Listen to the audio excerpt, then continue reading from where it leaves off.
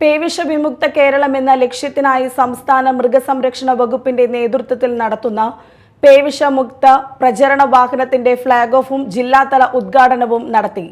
ചാലക്കുടി മൃഗാശുപത്രി പരിസരത്ത് നടന്ന ചടങ്ങിൽ നഗരസഭാ ചെയർമാൻ എബി ജോർജ് പ്രചരണ വാഹനത്തിന്റെ ജില്ലാതല പ്രചരണം ഫ്ളാഗ് ഓഫ് ചെയ്തു.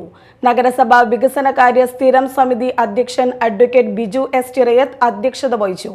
Ward councillor Nitha Paul, doctor Mary Antony, APO AV Prakashan, TA Sivadasan, വിവിധ കേന്ദ്രങ്ങളിലെ ഡോക്ടർമാരായ doctor Vishnupriya, doctor Alosha Peter തുടങ്ങിയവർ സംസാരിച്ചു.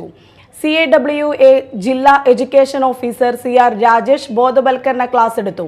2030 കേരളത്തെ പേവിഷമുക്തമാക്കണമെന്ന ലക്ഷ്യത്തോടെ തിരുവനന്തപുരത്ത് നിന്ന് മൃഗസംരക്ഷണ വകുപ്പ് മന്ത്രി ജെ ചിഞ്ചുറാണി ഉദ്ഘാടനം ചെയ്തു.